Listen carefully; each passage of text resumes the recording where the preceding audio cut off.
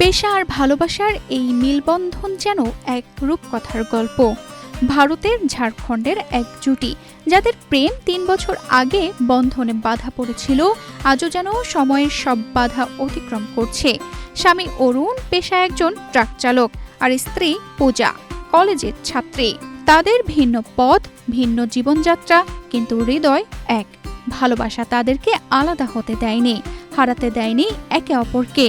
পূজা স্বামীকে চোখের আড়াল করতে চায়নি, বরং করোনা বা যে কোনো ভাইরাসের এগেইনস্টে ফাইট মানি ব্যাকট্রলের লেফট রাইট সমান সাহসে পাশে বসে পড়েছেন ট্রাক চালকের সহকারী হয়ে। গত ৩ বছর ধরে তারা অবিরাম ছুটছে ভারতবর্ষের এক প্রান্ত থেকে অন্য প্রান্তে, মাল ভর্তি ট্রাকের সঙ্গে জীবনের রাস্তায় পথ চলা চালিয়ে। সেই ছোটাছুটিতে এসে হাজির হয় বাংলাদেশের বেনাপোলে।